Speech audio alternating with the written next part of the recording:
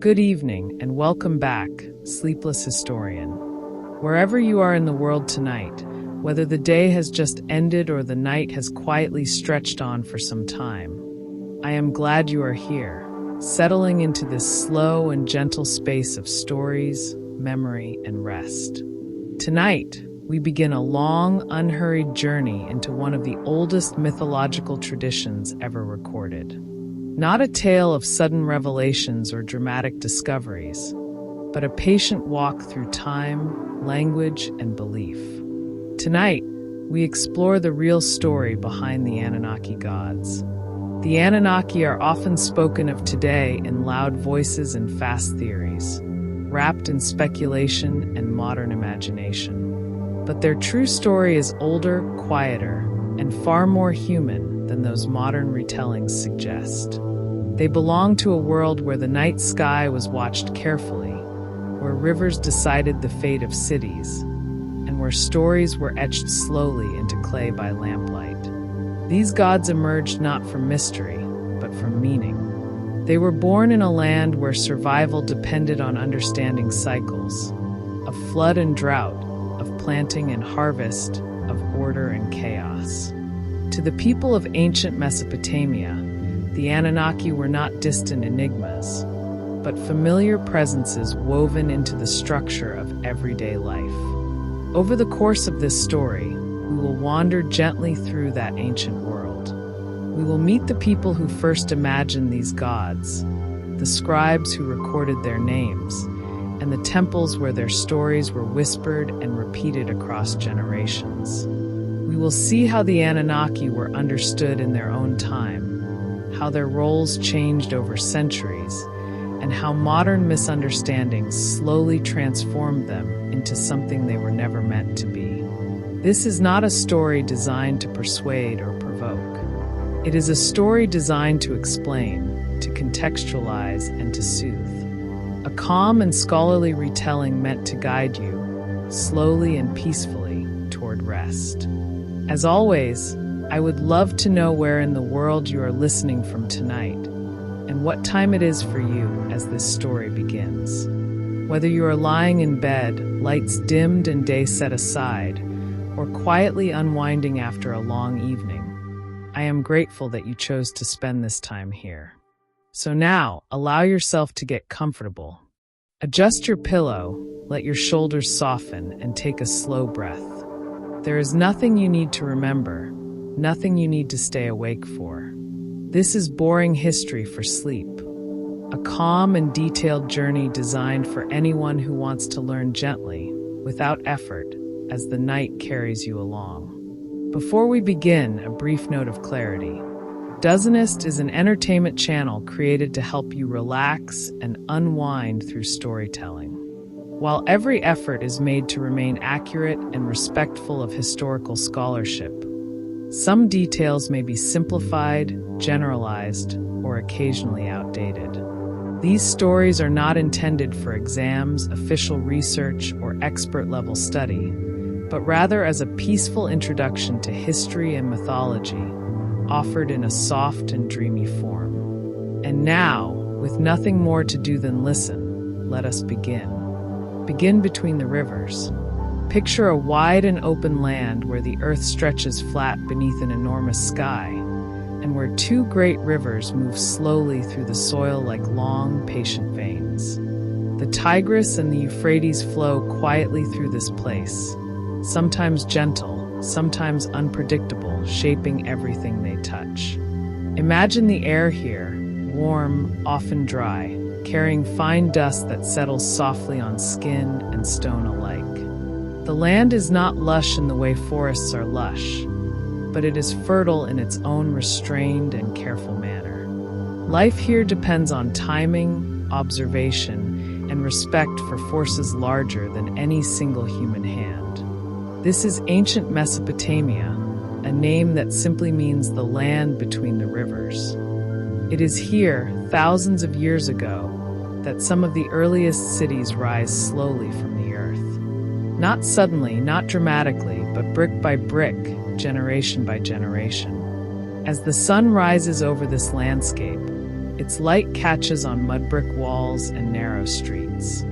You might hear the distant sound of water being drawn from canals, the low voices of merchants preparing for the day, and the rhythmic footsteps of people who know exactly where they are going, because they have walked these paths all their lives. Life here moves according to patterns. The rivers flood, sometimes generously, sometimes destructively. Fields are planted, harvested, and planted again. The stars will overhead in steady, predictable arcs, offering comfort in their consistency. To live in Mesopotamia is to live with uncertainty. A flood can nourish crops or wipe them away. A drought can arrive without warning. And so, from the very beginning, the people here learned to watch carefully, to read signs in the sky, in the water, in the behavior of animals, and in the slow unfolding of seasons. It is in this careful watching that mythology begins. Imagine a scribe seated in the quiet shade of a temple courtyard. Before him lies a small tablet of damp clay, smooth and cool beneath his fingers. With a reed stylus, he presses tiny wedge-shaped marks into the surface, each one deliberate, each one meaningful. This is not writing for speed or spectacle. This is writing for memory. These tablets record transactions, prayers, hymns, and stories. They preserve not just facts, but understanding, attempts to explain why the world behaves as it does. Why rivers flood, why kings rule, why suffering exists alongside abundance. In Mesopotamia, gods are not distant abstractions. They are explanations given form. They are the personalities assigned to forces that shape human lives, but cannot be controlled. Picture the city of Uruk, one of the earliest urban centers in the world. Its walls rise sturdy and protective, enclosing homes, workshops, markets, and temples. At the heart of the city stands the ziggurat, a massive stepped structure reaching upward, layer by layer, toward the sky. The ziggurat is not a place for crowds or ceremonies. It is a symbolic bridge between heaven and earth, a reminder that the divine realm is above, watching, governing, and sustaining the fragile order below. Here, priests move slowly through rituals passed down across generations. Offerings are prepared carefully: grain, bread, oil, incense. Not because the gods are thought to hunger like humans do, but because offering is a language, a gesture of balance and respect. In this world, nothing exists alone. The river depends on the sky. The harvest depends on the river. The city depends on the harvest. And the gods, in turn, are imagined as caretakers of this delicate web. As centuries pass, different cultures rise and fall within Mesopotamia. The Sumerians leave their mark first, followed by Akkadians, Babylonians, and Assyrians. Each inherits the stories of those before them, reshaping names, emphasizing new traits, quietly adjusting myths to fit their own understanding. Yet the foundation remains the same: a belief that the universe is ordered, but that this order must be maintained. A belief that unseen forces govern the visible world. A belief that understanding those forces brings stability, meaning, and peace. This is the soil from which the Anunnaki emerge. They are not yet fully defined here, not yet named and categorized. But the idea is forming, that there exists a group of powerful beings responsible for maintaining cosmic balance. Beings who decide fate, uphold laws, and reflect the structure of the world itself. Imagine the night falling over Mesopotamia. The heat of the day fades slowly, replaced by cooler air that moves gently across rooftops and fields. Oil lamps flicker in doorways. Families gather indoors, sharing food and stories.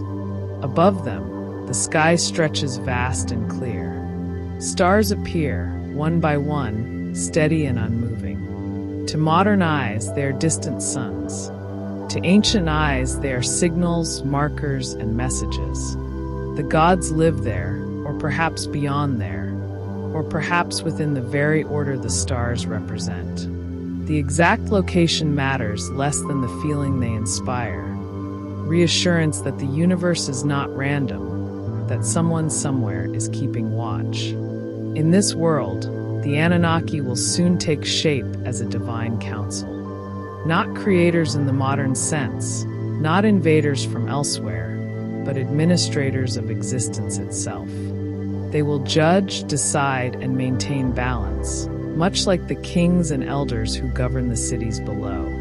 But for now, we remain here between the rivers, where the idea of gods is still forming slowly, like clay drying in the sun. The land breathes, the rivers flow, the people observe, and in this quiet, attentive world, the story of the Anunnaki is about to begin. Travel upward now, not in haste, but slowly, as the ancient imagination once did. Leave the riverbanks and the brick-lined streets behind, and lift your attention toward the wide and open sky that stretches endlessly above Mesopotamia. This is where the earliest gods reside, not always as figures with faces and voices, but as principles, presences, and quiet authorities woven into the fabric of existence itself. At the highest point of this divine landscape stands Anu. Anu is not a god of drama or constant intervention. He is distant, elevated, and still. His realm is the sky, not the shifting clouds alone, but the vastness beyond them, where stars hold their steady courses night after night. To the ancient mind, this constancy suggests authority. What does not change must rule. Anu does not walk among humans. He does not descend often into stories. Instead, he presides. Imagine him not as a king seated on a throne, but as the idea of kingship itself, the principle that order exists, that hierarchy is natural, that decisions are made somewhere beyond human reach. From Anu come the Anunnaki. The name itself is soft and ancient, shaped by language that values lineage and origin. Anunnaki means, in its simplest sense, the offspring of Anu.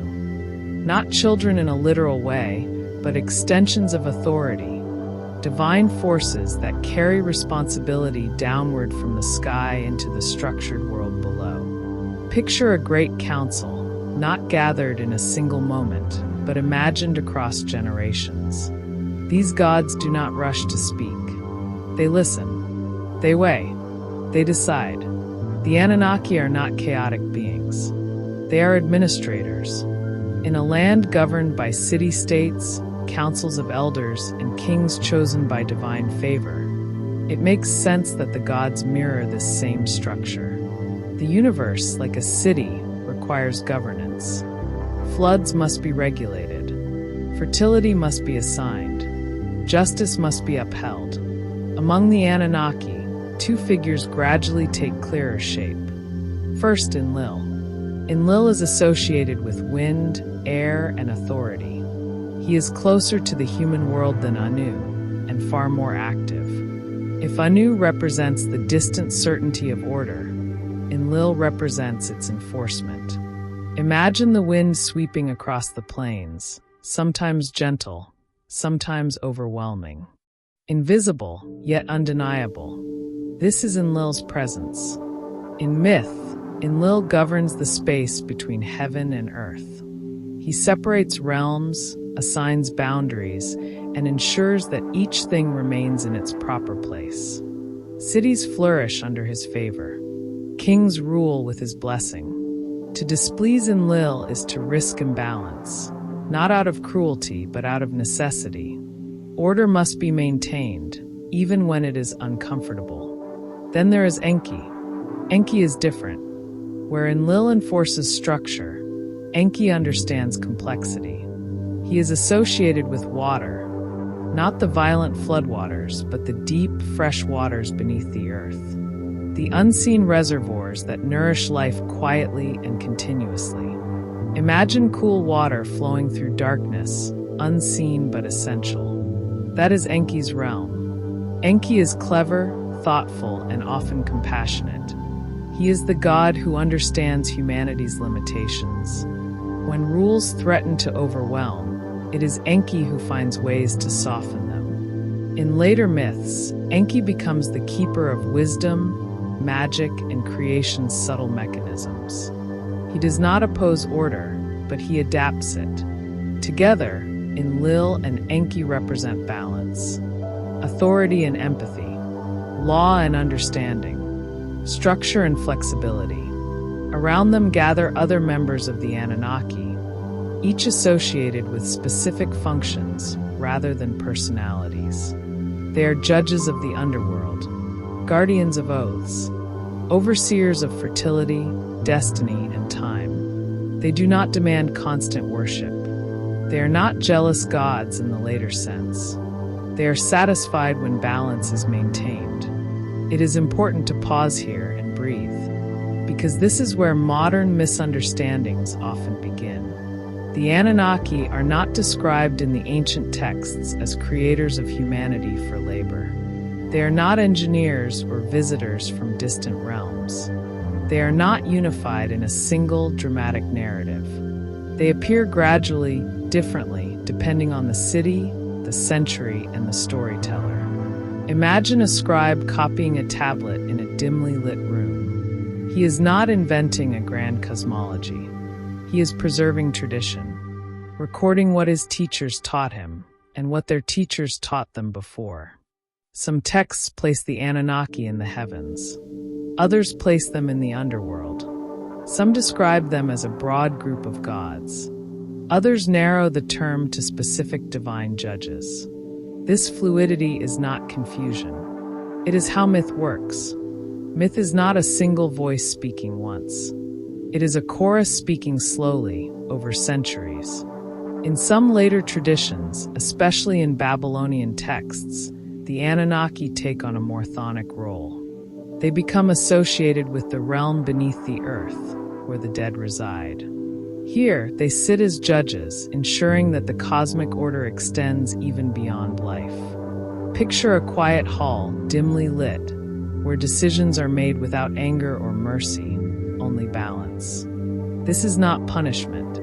It is administration. To the Mesopotamian mind, even death must be orderly. What remains constant across these variations is the role of the Anunnaki as stabilizers. They do not disrupt the universe. They preserve it. They reflect the world their worshippers know. A world where survival depends on cooperation, where authority is respected because chaos is far worse, where every system, river, city, family, must be maintained carefully. Imagine the people who tell these stories. They are farmers, merchants, builders, and scribes.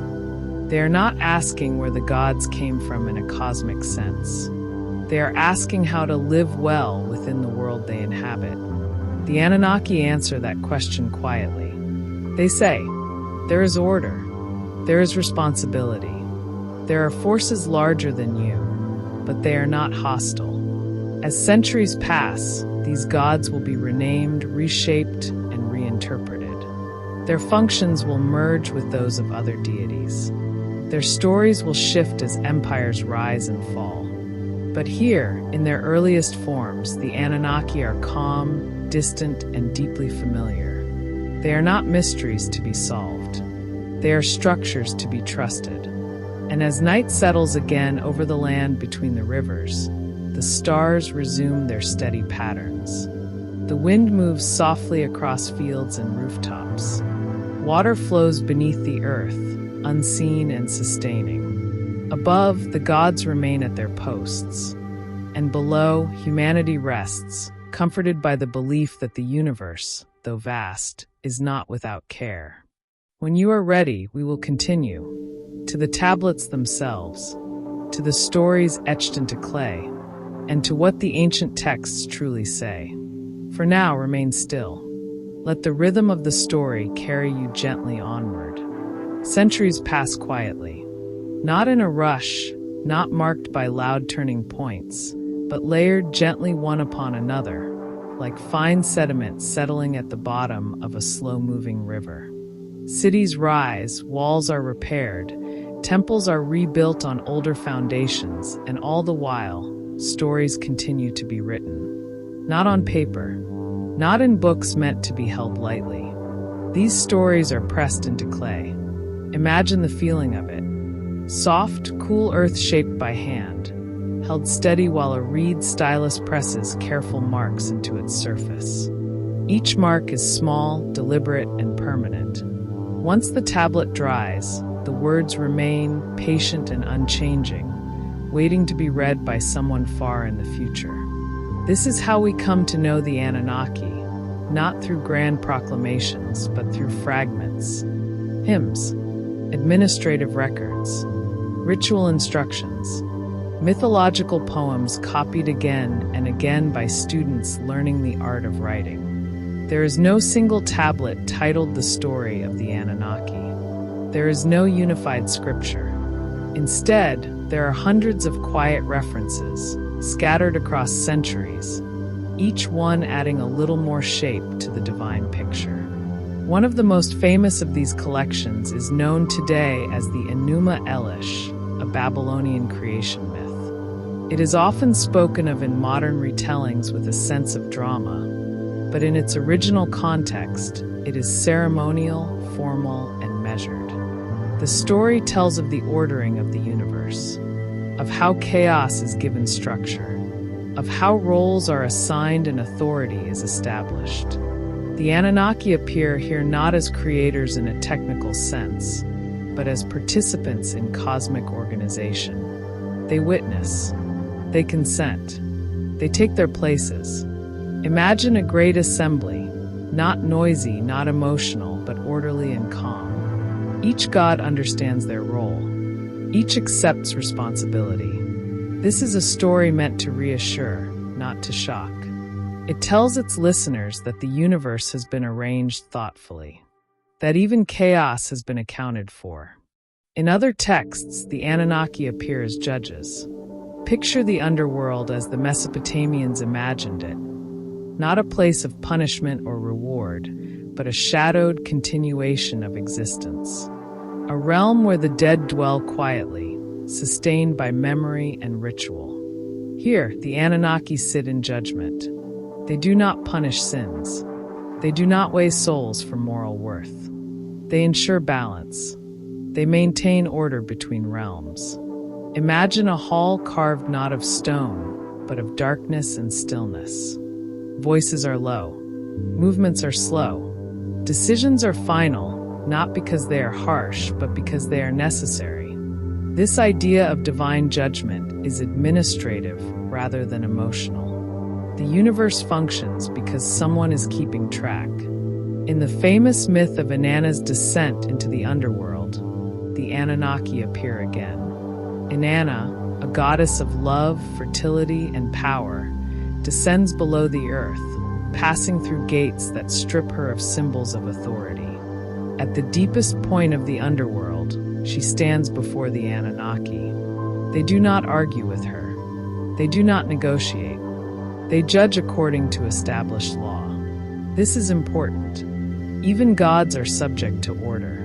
Imagine how comforting this idea would be to a human listener. If even divine beings must obey cosmic rules, then those rules must be stable, dependable, and fair. The Anunnaki, in this sense, are not tyrants. They are guarantors. As we move through different cities and centuries, the role of the Anunnaki shifts gently. In some places, they are sky gods. In others, underworld judges. Sometimes they are many. Sometimes they are few. This inconsistency is not error. It is evolution. Myths change as societies change. As political structures shift, so do divine hierarchies. As cities rise to prominence, their patron gods gain influence in the stories. A scribe in Nippur may emphasize Enlil's authority. A priest in Eridu may focus on Enki's wisdom. A Babylonian poet may place Marduk at the center, with the Anunnaki acknowledging his supremacy. Each version reflects the world that produced it. And always, beneath the differences, the Anunnaki remain what they have always been, symbols of order, continuity, and cosmic administration. They are rarely described physically. There are no detailed accounts of their appearance. No measurements. No machines. No unfamiliar tools. When they are depicted in art, they resemble kings, priests, or divine figures clothed in symbols of authority. Crowns, staffs, flowing garments. They look like gods because gods are imagined in the image of governance. Imagine a young apprentice scribe practicing his craft. He copies an older tablet, carefully reproducing each sign. He does not question whether the gods are literal or symbolic. That distinction does not exist for him. What matters is that the story preserves order, that it explains why the world behaves as it does, that it reassures the listener that life, though difficult, is structured. As tablets accumulate, they form a quiet library of belief, stored in temple archives, buried beneath collapsed buildings, forgotten as languages fade and cities fall silent. For thousands of years, these stories sleep beneath the earth. When they are rediscovered in the modern era, broken and fragmented, they are often read quickly, pulled from their context, forced into unfamiliar frameworks. But in their original form, they are slow stories. They unfold patiently. They repeat themselves. They circle familiar ideas again and again. Imagine reading them aloud by lamplight. The repetition would be comforting. The rhythm would be steady. The meaning would settle gradually, not all at once. This is how the Anunnaki were known, not as a revelation, but as a presence. They appear when needed. They fade when not. They are less important as individuals than as a group that ensures balance. As the night deepens and your breathing slows, allow this idea to rest gently in your mind. The Anunnaki are not a secret hidden in the past. They are a reflection of how ancient people understood their world. A world where order mattered, where systems had to function, where nothing life, death, water, sky was left unmanaged. Soon, we will turn our attention to humanity's place within this system, to how people understood their relationship with these gods, and to why these stories mattered so deeply in everyday life. But for now, let the tablets rest. Let the clay dry.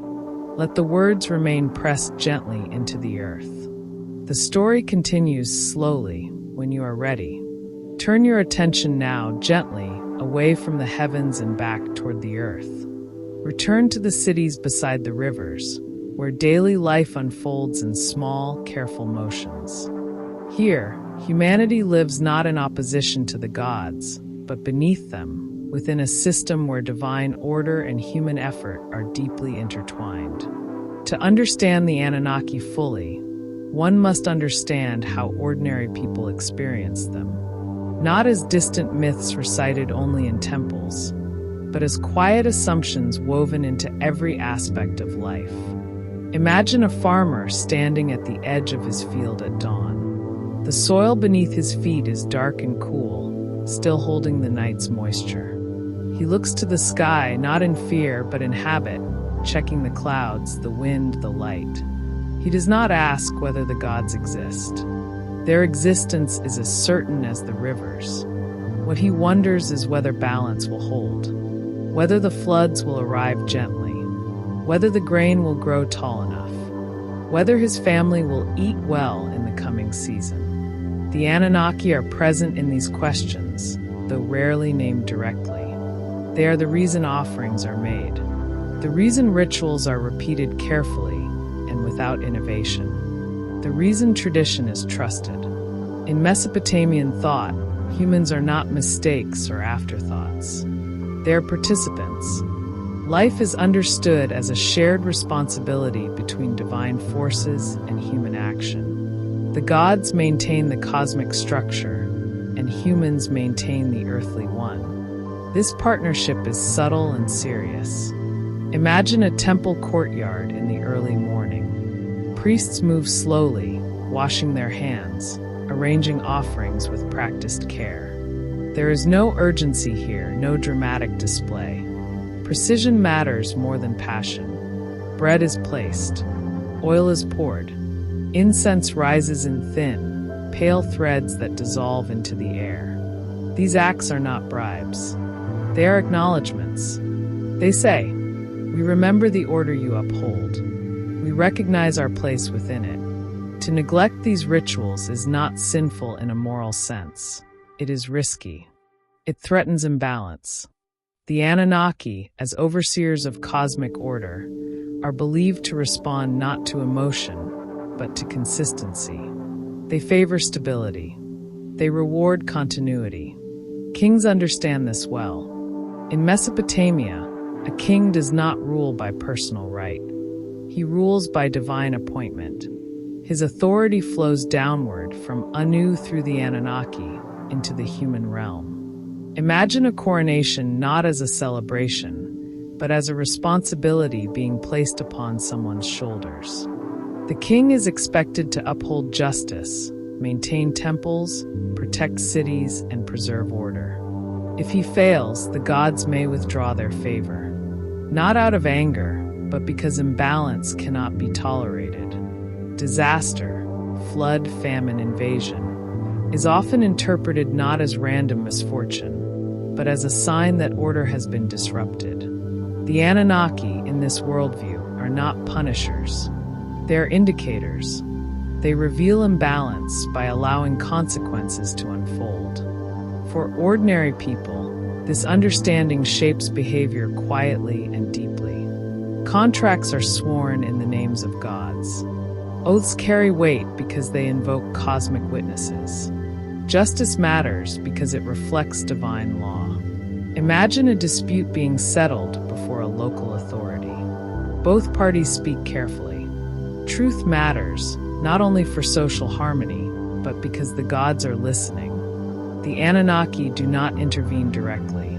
They do not strike liars down in the moment, but their presence makes dishonesty dangerous over time. Even death is approached with this same calm realism. The Mesopotamian afterlife is not a place of judgment in the moral sense. There is no reward for virtue, no punishment for vice. There is continuation. The Anunnaki, as judges of the underworld in some traditions, ensure that this transition occurs smoothly, that the boundaries between life and death remain intact. Imagine a quiet procession. Mourners move slowly. Prayers are spoken softly, not to beg for salvation, but to ensure proper passage. The dead are remembered because remembrance maintains balance. The living honor the dead because neglect would disrupt order. This worldview does not promise comfort in the modern sense, but it offers something equally powerful: predictability. The universe, though vast and often indifferent, follows rules. The Anunnaki embody those rules. As you rest with this idea, notice how different it is from later religious frameworks. There is no obsession with belief. No demand for emotional devotion. What matters is participation. To live well is to live in alignment. This alignment is achieved through repetition, through routine, through respecting what has worked before. Imagine generations repeating the same prayers, the same offerings, the same stories. Each repetition smooths the edges of uncertainty. Each cycle reinforces trust in the structure of the world. This is why myths are told slowly, why they resist change, why innovation in ritual is viewed with suspicion. The Anunnaki are ancient not because they are old characters, but because they represent permanence. They stand for the idea that some things should not change. As night deepens once more over Mesopotamia, lamps flicker inside homes. Children are lulled to sleep by familiar stories. Adults rest knowing that tomorrow will follow patterns they understand. Above them, the stars hold their places. Below them, the earth remains firm. And between these realms, the Anunnaki continue their quiet work, not demanding attention, not seeking worship, but ensuring that the delicate balance of existence holds. When you are ready, we will continue onward, to the slow fading of these gods from daily life, to the rise of new names and new frameworks, and to the long sleep of stories beneath the sand. For now, let yourself rest within this ancient rhythm. Centuries pass, and the world changes slowly.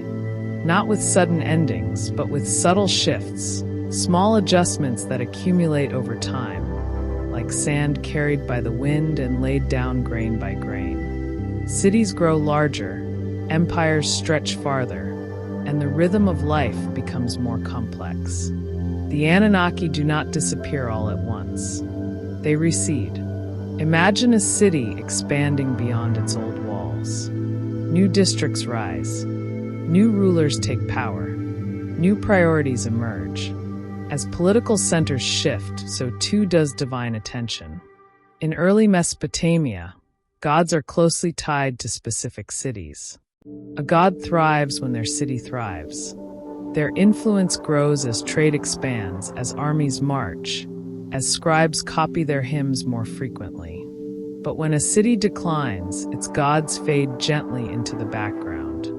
Not erased, not denied, simply mentioned less often. This is how mythological change occurs. Not through rejection, but through neglect. As Babylon rises to prominence, its patron god, Marduk, takes on a central role in cosmic stories. In the Enuma Elish, Marduk becomes the organizer of the universe, the one who establishes order from chaos. The Anunnaki do not resist this shift. They acknowledge it. They gather, they consent, they assign authority. This moment is often misunderstood in modern retellings, but in its original context, it is not a dramatic overthrow. It is administrative. Power shifts where influence lies. The Anunnaki remain present, but their roles become more specialized, more distant. Some are absorbed into other divine identities. Some become underworld judges. Some fade into collective memory. Imagine an old temple still standing, but no longer at the center of city life. Its stones are weathered. Its rituals are performed less frequently. Yet it remains respected. No one tears it down. No one denies its importance. They simply walk past it more often. As Assyrian and later Babylonian empires expand, the divine hierarchy becomes more streamlined. Fewer gods hold more authority. Cosmic narratives are simplified to reflect centralized power. This mirrors human governance. Large empires favor clear chains of command. So too do their myths.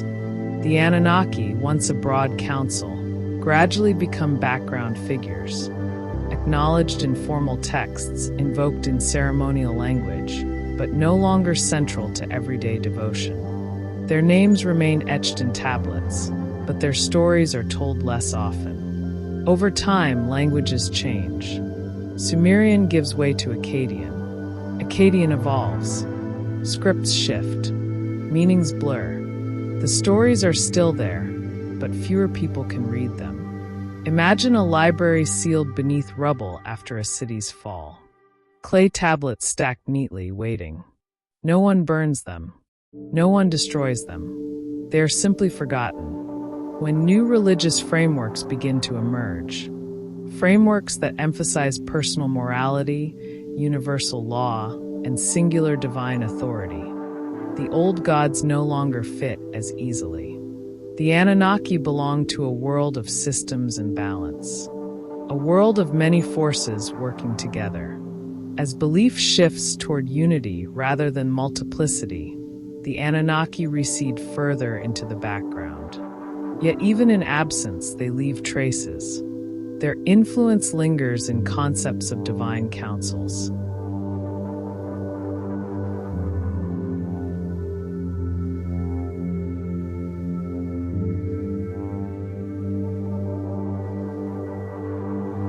In the idea that order is maintained by unseen forces, in the belief that authority flows downward through structured hierarchies.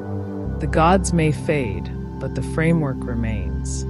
Imagine the land itself, long after the last temple ritual is performed. Rivers still flood, fields are still planted, stars still rise and set. The world does not collapse without the Anunnaki, because they were never meant to be dramatic presences. They were explanations, and explanations change as understanding changes. As centuries turn into millennia, Mesopotamia itself transforms. Cities are abandoned, trade routes shift, sand covers what once bustled with life. The Anunnaki sleep. They rest not in the heavens, but in the earth, pressed into clay, buried beneath layers of history. They are not lost. They are waiting. When modern archaeologists uncover these tablets, lifting them carefully from the soil, they awaken stories that have been silent for thousands of years. But without their original context, these stories are fragile. They can be misunderstood. They can be reshaped too quickly. And so, the Anunnaki begin a second life, not as gods of balance, but as figures of speculation. That, however, is a much later chapter. For now, remain here, in the quiet aftermath. Temples stand empty. Stories lie dormant. The night settles over a land that has seen everything rise and fall before. And beneath it all, the old gods rest, their work long complete. When you are ready, we will move forward again, to the modern age, to rediscovery, reinterpretation, and to how the Anunnaki became something they were never meant to be. Until then, let the silence hold. Turn now, slowly and without resistance, toward a much later age. Thousands of years have passed. The cities of Mesopotamia lie quiet beneath layers of earth. Rivers still flow, but their banks no longer hold temples dedicated to Anu or Enlil. The world has learned new languages, adopted new beliefs, and forgotten old names. And yet, the clay tablets remain. Imagine the moment of rediscovery. A fragment of baked earth emerges from the soil, covered in strange wedge-shaped markings. It is lifted carefully, brushed gently, and carried away to be studied beneath unfamiliar lights. The Anunnaki awaken again, but this time, in a world utterly different from the one that created them. Modern scholars begin the slow work of translation. They piece together broken lines, compare fragments, debate meanings. This process takes decades, even centuries. It is careful, methodical, and often uncertain. Early translations are imperfect. Languages long unused resist easy understanding. Words shift meaning depending on context, era, and region. But gradually a picture forms. The Anunnaki return to human awareness not as living gods, but as academic subjects. Entries in dictionaries, footnotes in journals, names discussed in quiet lecture halls. For a time they remain there. Then slowly something changes. In the 20th century, the world becomes fascinated with origins, with ancient mysteries, with the possibility that humanity's past contains secrets overlooked by modern science. In this atmosphere, old myths begin to be read differently. Some readers approach the tablets not as symbolic narratives, but as literal records. Poetry becomes description. Metaphor becomes mechanism. The Anunnaki, once understood as divine administrators, are reimagined as visitors. Engineers, beings from elsewhere. This transformation does not happen all at once, and it does not come from malice. It comes from a longing, a desire for wonder, a hope that the universe is more populated, more attentive, more involved than it appears. Ancient myths offer fertile ground for this longing. They speak of gods descending from the sky, of knowledge bestowed upon humanity, of beings far more powerful than humans shaping the world. When these stories are removed from their cultural and symbolic context, they can be reshaped into something entirely new. But this new interpretation requires many quiet omissions. It requires ignoring how myths function, ignoring how often gods are metaphors for forces, ignoring how stories change depending on who tells them and why. Most importantly, it requires overlooking the simplest explanation: that ancient people told stories to make sense of their world, not to record technological encounters. Imagine a scribe again, seated in a temple centuries ago. He does not imagine that his tablet will be read as evidence of machinery. He is not attempting to encode secrets. He is preserving tradition. The modern reinterpretation of the Anunnaki often strips them of what made them meaningful to their original audience: their role as maintainers of balance, their connection to governance, law, and order, their reflection of human social structures. Instead, they become sensational. But the ancient texts themselves remain calm. They do not describe advanced technology. They do not describe star travel. They do not describe genetic engineering. They describe councils, decisions, responsibility. The Anunnaki are powerful not because they possess tools, but because they embody systems. It is important to say this gently. Modern myths serve modern needs, just as ancient myths served ancient ones. The reinterpretation of the Anunnaki tells us more about contemporary anxieties and hopes than about ancient Mesopotamia. It reflects a world seeking meaning beyond itself, a world fascinated by the unknown, a world longing for connection with something greater. There is nothing wrong with wonder, but there is peace in understanding. When we return the Anunnaki to their original context, something quieter and more grounded emerges. They become less dramatic, but more profound. They remind us that ancient people were thoughtful observers of their environment, that they understood complexity, that they built systems, political, social, and mythological, to survive in a difficult world. The Anunnaki are not diminished by this understanding. They are clarified. They return to what they always were: symbols of order in a fragile universe. As you rest with this idea, notice how the story slows again. The noise of speculation fades. The myths settle back into their original rhythm. The gods no longer shout. They whisper. And in that whisper, there is balance. Soon, we will turn inward once more. We will ask why these stories still matter, why they continue to surface in new forms, and why, even now, they invite us to listen. But for now, let the modern world soften. Let the ancient world reassert its quiet logic. The Anunnaki have returned not as mysteries to be solved, but as mirrors, reflecting how humans across all ages seek order, meaning, and rest within the vastness of existence. When you are ready, we will continue into the final reflections. And still, after everything has changed, the Anunnaki remain. Not as gods worshipped in temples, not as names spoken in daily prayer, but as ideas that linger quietly beneath the surface of human thought.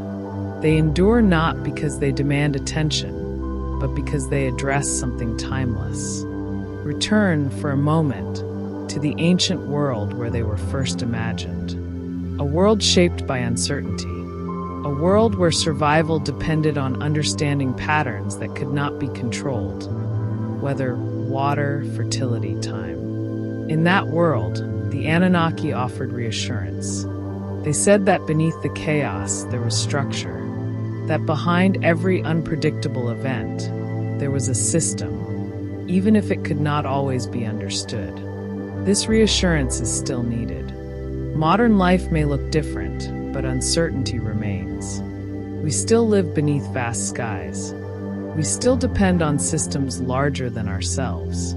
We still seek explanations that make the world feel navigable rather than overwhelming. The Anunnaki speak to this need quietly. They do not promise salvation. They do not offer moral perfection. They simply suggest that order is possible. Imagine them now not as figures in myth, but as concepts. Balance, responsibility, continuity. They endure because these concepts endure. Ancient myths survive not because they are literally true, but because they are emotionally and psychologically useful. They give shape to abstract fears. They provide language for forces beyond human control. They transform anxiety into narrative.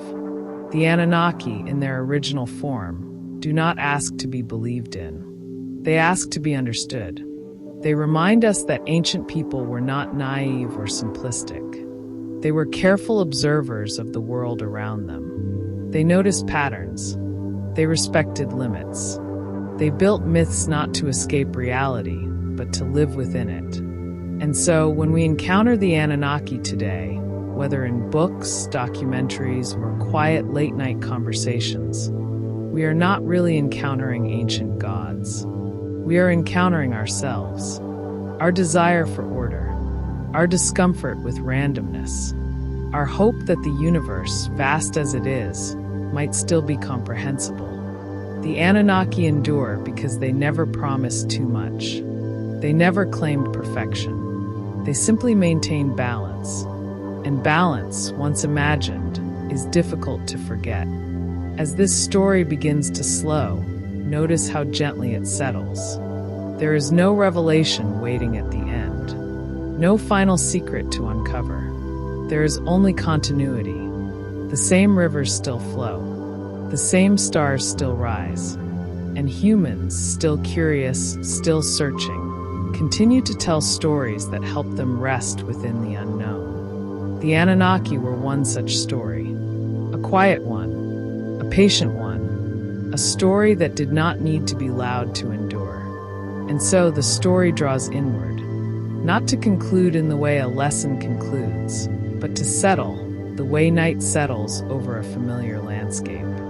Nothing ends abruptly. Nothing disappears. The Anunnaki do not vanish. They simply return to their place in the long memory of humanity.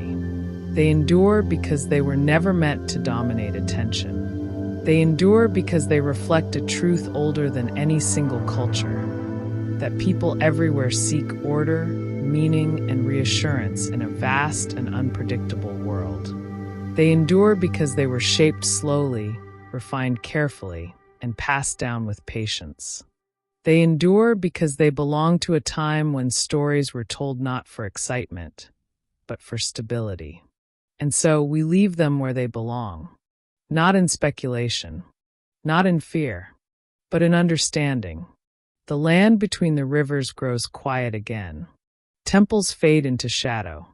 Clay tablets rest beneath layers of earth. The stars continue their steady paths across the sky. And somewhere within the human imagination, the idea of balance remains. The story continues, as all stories do, not in words, but in the way we make sense of the world around us, in the way we look for patterns, in the way we trust that tomorrow will follow today. If sleep has already found you, then this story has done its work. If you are still listening, then let these final moments be gentle ones. There is nothing more to learn tonight, nothing more to hold on to. Only rest. Sleep well, dear listener. May the night be calm, and the world feel ordered once more. Good night.